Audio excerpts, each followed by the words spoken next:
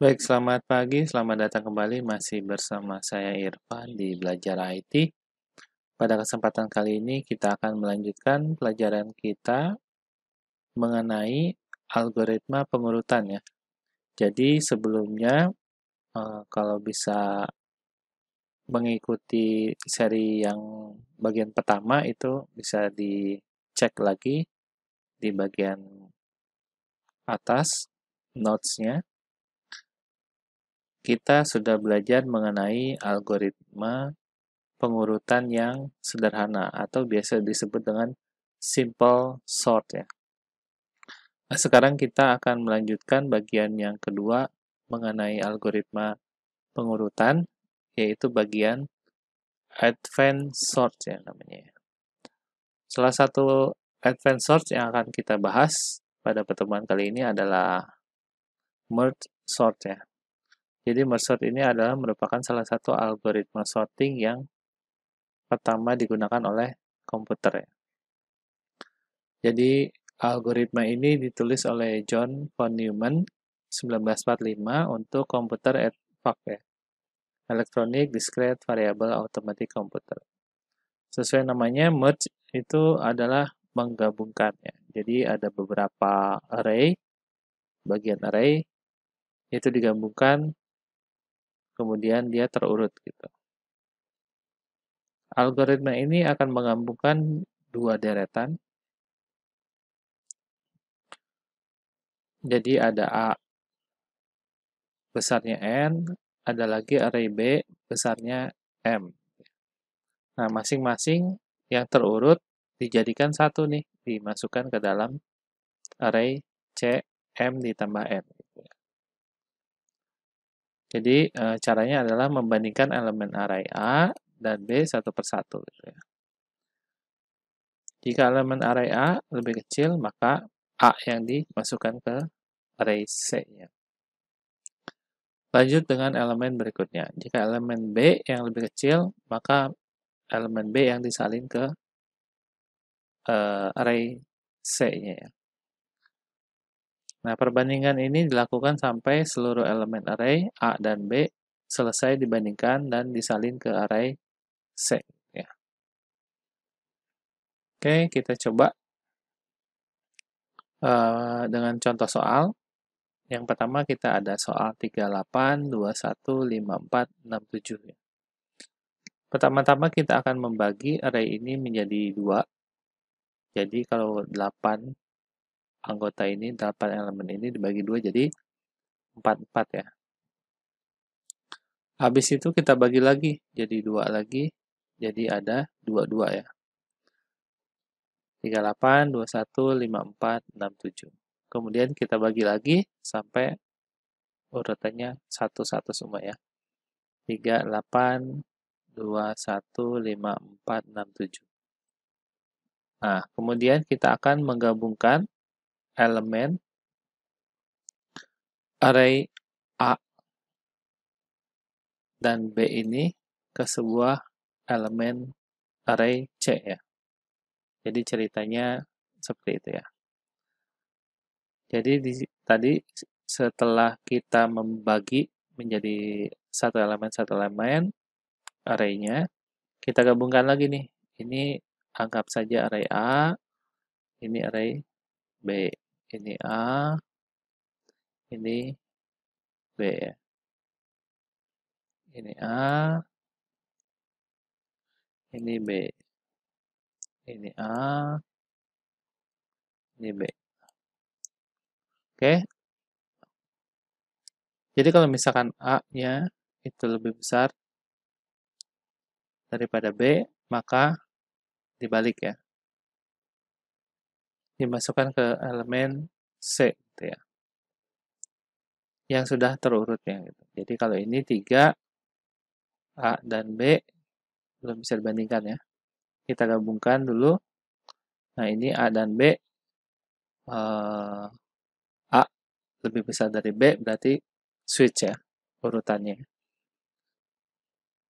Kemudian 5 4 jadi 4 dulu masuk baru 5.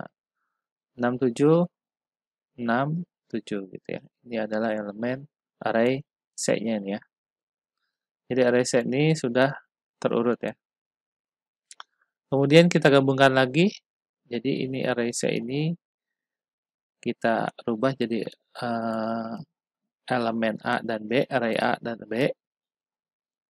Kemudian kita lakukan gabung lagi ya. Jadi 38, 21 mana yang lebih kecil itu ada di sebelah kiri, yang lebih besar di sebelah kanan gitu ya. 45, 67 sudah terurut ya. Berarti langsung aja ditulis di elemen C-nya, di array C-nya sesuai dengan urutannya. 1, 2, 38, 45, 67. Nah, kemudian ini kita jadikan lagi array elemen A, ini jadi elemen B. Nah, elemen C itu adalah gabungan yang sudah terurutnya. 1, 2, 3, 8 berarti ada di belakang ya. 4, 5, 6, 7, 8. Akhirnya di elemen C adalah bagian dari array yang sudah terurut ya. Ini adalah C. Begitu seterusnya.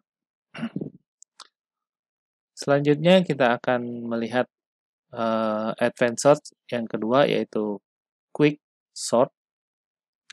Jadi quick sort ini ditulis oleh Carl Hoare tahun 1962. Algoritma ini merupakan pengembangan dari algoritma exchange sort ya. Jadi di pertemuan sebelumnya kita sudah bahas exchange sort itu seperti apa. Nah ini sedikit ada perubahan pengembangannya yang diharapkan semakin mempercepat pengurutan ya pastinya. Jadi ini sering disebut juga dengan partition exchange sort ya.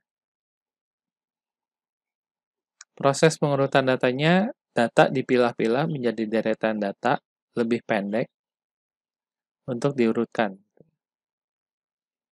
Nah, cara memilahnya adalah kita menentukan sesuatu yang namanya data pemisah atau biasa disebut dengan pivot ya. Jadi yang paling kecil itu kita pindahkan berada pada sebelah kiri pivot. Yang paling besar berada pada sebelah kanan pivot ya. Seperti itu. Nah, setelah itu kedua bagian partition tadi dilakukan hal yang sama dengan menggunakan pivot lainnya. Sampai ketika kita memilih acak pivotnya, tidak ada lagi yang switching atau swapping, ya, ada berubah ke posisinya.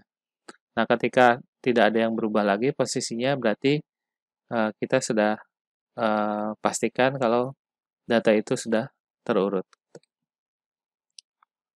Jadi proses pemilahan dilakukan secara rekursif sampai tiap bagian hanya terdiri dari 0 sampai 1 data.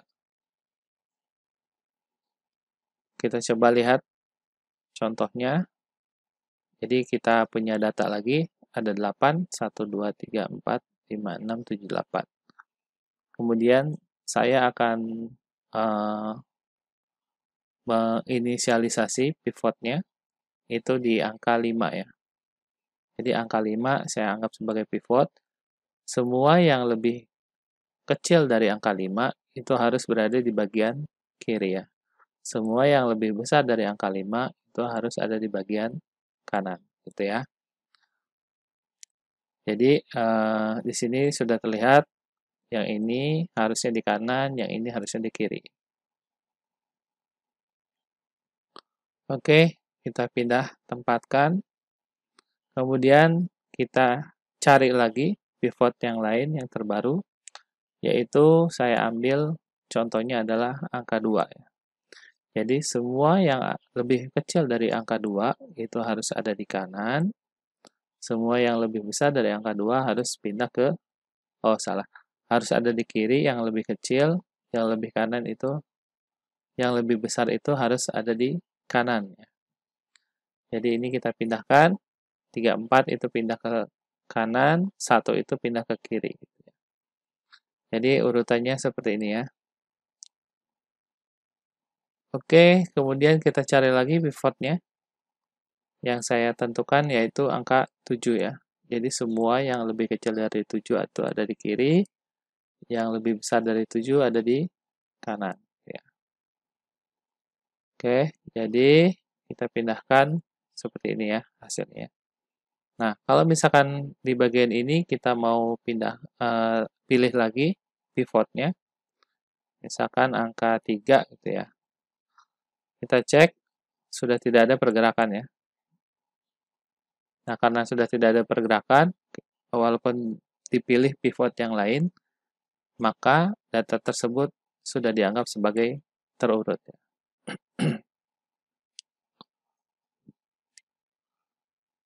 Oke, selanjutnya itu cell sort. Jadi cell sort ini ditulis oleh Donald L. Cell pada tahun 1959.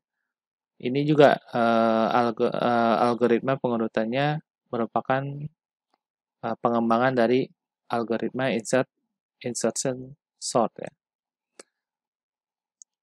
Jadi caranya dengan memperpendek jarak penyisipan antar elemennya. Nah, jaraknya itu ditentukan bagaimana cara kita menulis atau menentukan deltanya itu seperti apa. Nah, ini ya. Nilai delta itu adalah jarak antar elemen yang diperiksa gitu ya. Untuk membagi data akan diurutkan menjadi beberapa bagian gitu.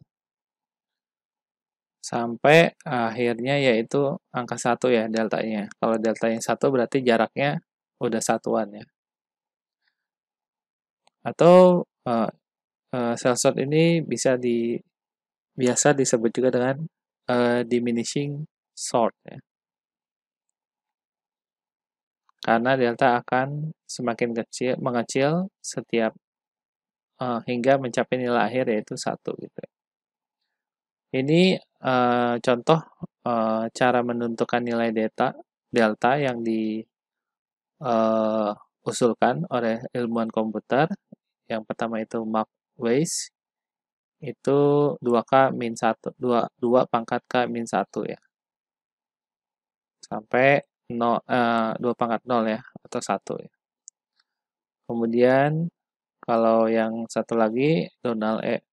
Knuth itu H0-nya pasti 1. Nah, HS ditambah satunya sama dengan 3 HS ditambah 1 gitu ya. Nah, kalau nanti yang ini contoh soal yang kita akan bahas itu deltanya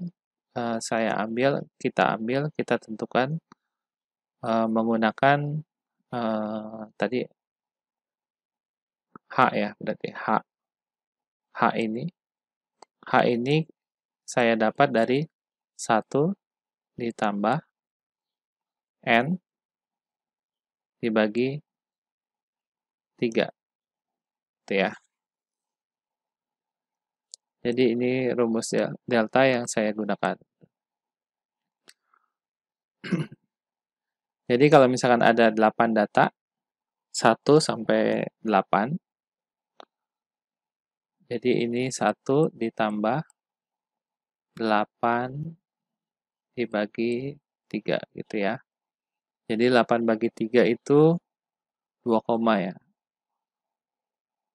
2 koma. Jadi karena ini integer, jadi bilangannya dibulatkan jadi angka 2. 2 ditambah 1 sama dengan 3. Gitu ya. Jadi kita akan melakukan sorting berdasarkan jaraknya. Jadi untuk cycle yang pertama atau pass 1 itu kita hanya membandingkan elemen A1, 1, 2, 3 berarti A4 dan A7 ya. Nah, kemudian pass 2 atau cycle yang kedua itu A2 ditambah 3 jadi A5 ditambah 3 jadi A8. Oke. Nah, kemudian cycle yang ketiga A3 ditambah 3 jadi A6 tambah 3, A9 nggak ada ya, berarti hanya 2 yang dibandingkan. Oke,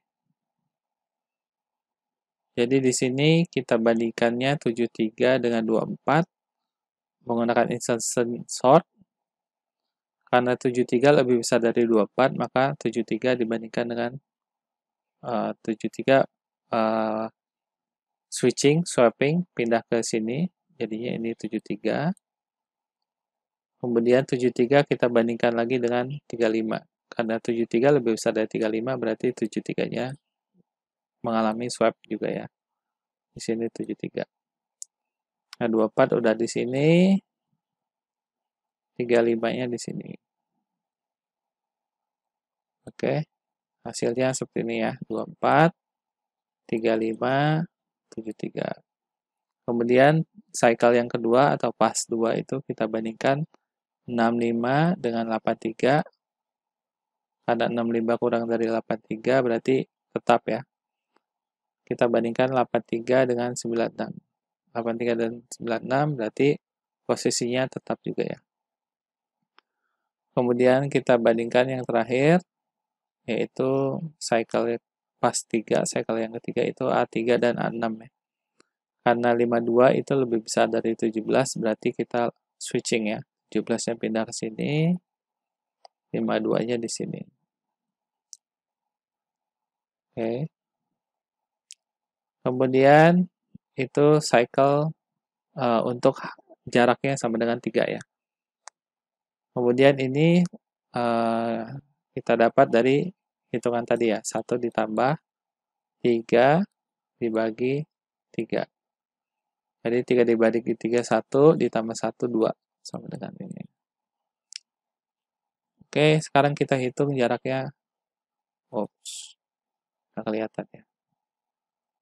Oke, nah sekarang jaraknya 2 ya lipatannya ya. Jadi A1 tambah 3, A tambah 2, A3, 3 tambah 2, A5, 5 tambah 2, 7 ya.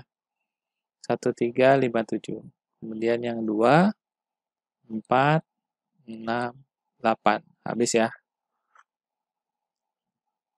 Nah, berarti kita bandingkan A1 dengan A3. Karena 24 lebih besar dari 17, berarti pindah ya, 17 ke sini. Kemudian kita bandingkan lagi 24 dengan 83. Berarti dia tetap di sini 24 ya. Kemudian 83 kita bandingkan dengan 73, switching ya. Jadi 73. Yang di sini 83. Itu cycle yang pertama untuk jarak H-nya sama dengan 2 ya. Ini 17, 24, 73, 83. Nah, sekarang kita bandingkan cycle yang kedua, itu A2 dengan A4 ya. 65 lebih besar dari 35, berarti 35 pindah ya. Ini 65. Oke, 65 dibandingkan dengan 52, pindah lagi. Jadi sekarang di sini adalah 52, di sini 65. 65 dengan 96 tetap ya, berarti 65 selesai di sini.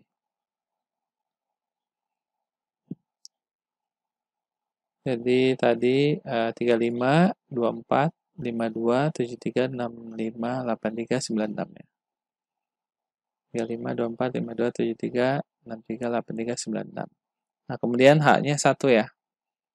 Jadi sama dengan itu dari 1 ditambah 2 dibagi 3 ya. 2 dibagi 3 itu 0, berarti kita ambil yang angka satunya ini ya. Nah, ini kita tinggal bandingkan aja nih, 17 dengan 35 tetap ya. 35 dan 24 switching ya.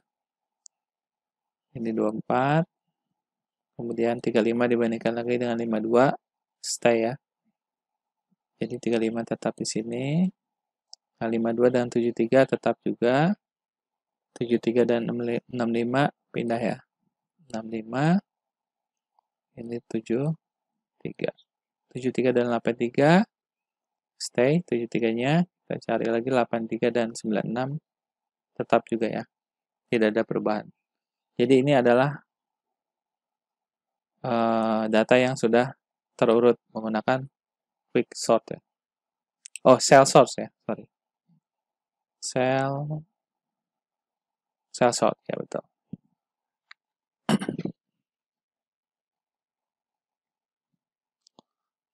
Oke, algoritma terakhir dari advanced sort kita adalah radix sort. Jadi radix sort ini caranya bukan lagi membandingkan elemen pertama dan elemen kedua dan seterusnya ya. Tapi radix sort ini agak berbeda caranya, yaitu prosesnya adalah diterapkan pada data numerik. Jadi ini non-comparison sort. Jadi tidak ada perbandingan di sini, tetapi algoritma ini memerlukan ruang tambahan gitu ya. Atau ruang tempat gitu ya. Jadi kalau misalkan dulu waktu SD kita belajar ruang tempat. Jadi ini adalah satuan. Oh sorry. Kalau ada misalkan 3 ruang tempat, maka kita bisa menggunakan ini untuk satuan, ini untuk puluhan, ini untuk ratusan gitu ya. Jadi kalau misalkan saya isi 103, maka dibacanya adalah 103 gitu ya. 1 ratusan, 0 puluhan, 3 satuan gitu. Nah, kita akan mengurutkan berdasarkan ruang tempat seperti ini ya. Jadi radix dapat diartikan sebagai posisi dalam angka gitu. Karena metode ini pertama kali membagi dataset ke sub-subset sesuai dengan harga radixnya. Mulai dari radix paling tidak signifikan atau least significant digit LSD, kemudian digabungkan ke subset-subset menjadi satu subset kembali di konkatenasi aja sih. Jadi digabungkan aja. Untuk dilakukan pembagian berikutnya berdasarkan digit yang lebih signifikan. Jadi pada sistem desimal berarti radixnya adalah digit angka desimal. Kalau okta berarti per 8 ya. Kalau heksa berarti 16 ya. Tuh. Oke, caranya ada kalau misalkan ada data sampai angka ratusan, maka kita memerlukan 3 cycle ya. 3 pas ya. Pas pertama itu mengurutkan berdasarkan digit terkecil atau satuannya. Kemudian pas kedua itu berdasarkan digit puluhannya. Pas ketiga itu berdasarkan digit ratusannya. Kalau misalkan data kita ada ribuan, berarti terakhir adalah most significant bitnya itu ribuan ya. Kalau misalkan jutaan, ya terakhir jutaan ya. Kita coba urutkan berdasarkan contoh soal seperti di atas ini. Jadi ada 86, 940, dan lain sebagainya. Nah, di pas pertama kita hanya melihat dari angka satuannya aja nih. 6, 0, 9, 1, 2, 3, 9, 4, dan seterusnya sampai 15 ya. Jadi kita buat sebuah ruang tempat queuing-nya dari 0 sampai 9 karena angka itu hanya dari 0 sampai 9 aja. Jadi angka 0 kita cari di sini. Oh, 940. Oh, bacanya dari kiri ke kanan ya. Gitu ya. 86 itu satuannya 6, kita masukkan sini. 6. 940 itu satuannya 0. 519 satuannya 9 ya, di bawah. kemudian 41, satuannya 1, 12 itu 2, 43, 19 di bawah, kemudian 4, itu 4 sini, 75, habis 75, 9, 17, belakangnya 7 ya, 6, 35, 35, 7, kemudian 259, berarti belakangnya 9 ya, satuannya 9, 94, satuannya 4, 430, satuannya 0, 673, satuannya 3, dan terakhir 15, satuannya 15. Tinggalan ya, satuannya 5. Sini ya. Oke, maka hasilnya seperti ini ya. Kita concatenate lagi, kita gabungkan lagi, mulai dari yang Q-nya 0 ya. 940, 430, kemudian 1, 41, 12, 43, 673, 494, 75, 635, 15, 75, 635, 15, 86, 9, 17, 7, 5, 19, 19, 259. Oke, pas yang pertama selesai ya. Kemudian kita lanjut ke bagian pas atau cycle yang kedua, yaitu cycle puluhan ya. Sekarang yang kita lihat adalah digit keduanya ya. Kalau nggak ada digit kedua berarti Q-nya di 0 ya. 04 gitu kan. Jadi 940 itu 4 ya. 430 3, 41 4, 12 itu 1, 43 itu 4, 673 7 ya. 6737. 4 0 ya. 94 itu 9, 75 itu 7, 75 itu 7. Oke. 635 itu 3 ya.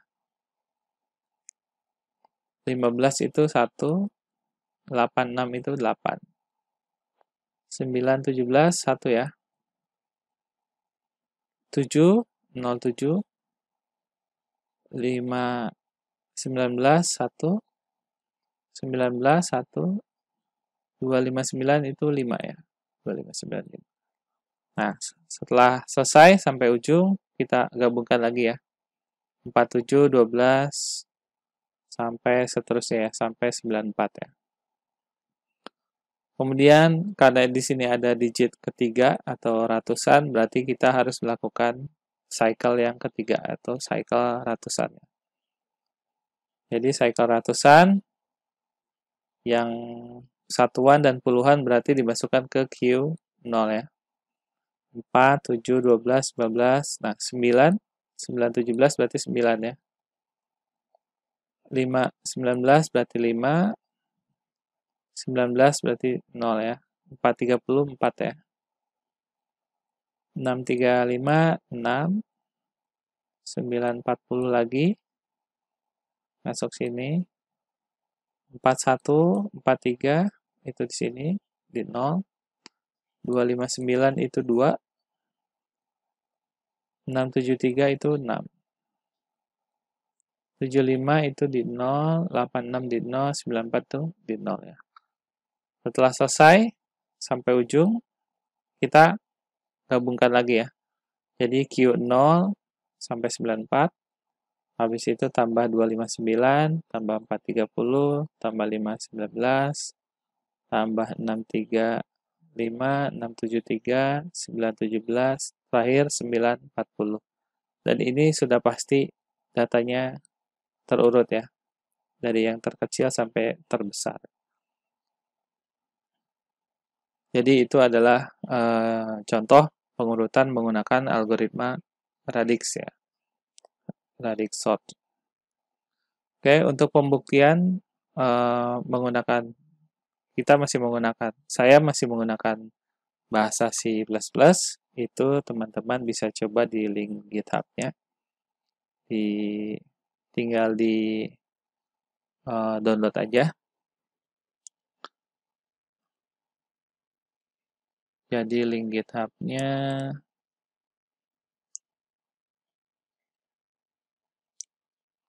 itu udah ada contohnya, tinggal dieksekusi. Misalkan yang merge, ada lagi yang quicksort, radix sort, cell sort ya.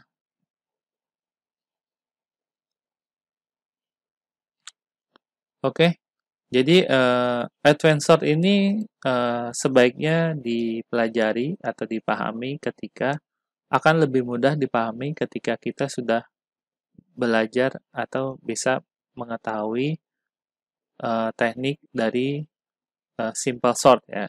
Jadi yang pada pertemuan sebelumnya mengenai algoritma sorting itu kita belajar yang dasarnya dulu, yang sederhananya dulu. Kemudian sekarang kita belajar lebih advance lagi. Ada beberapa uh, ada beberapa sorting algoritma pengurutan lagi seperti heap sort, apalagi ya. Mungkin di bagian ketiga dari sorting algoritmanya kita akan menyelesaikan algoritma sorting yang sisanya. Jadi 3 series ya berarti ya, 3 episode ya mengenai sorting. Nah, silakan teman-teman coba pelajari bahasa C-nya. Jadi misalkan quicksort ya. Quicksort seperti ini, ada pivotnya. Saya ambil pivotnya itu dari array elemen yang paling ujung ya, paling besar. Jadi supaya gampang di sortingnya atau di loopingnya dari besar ke kecil gitu ya.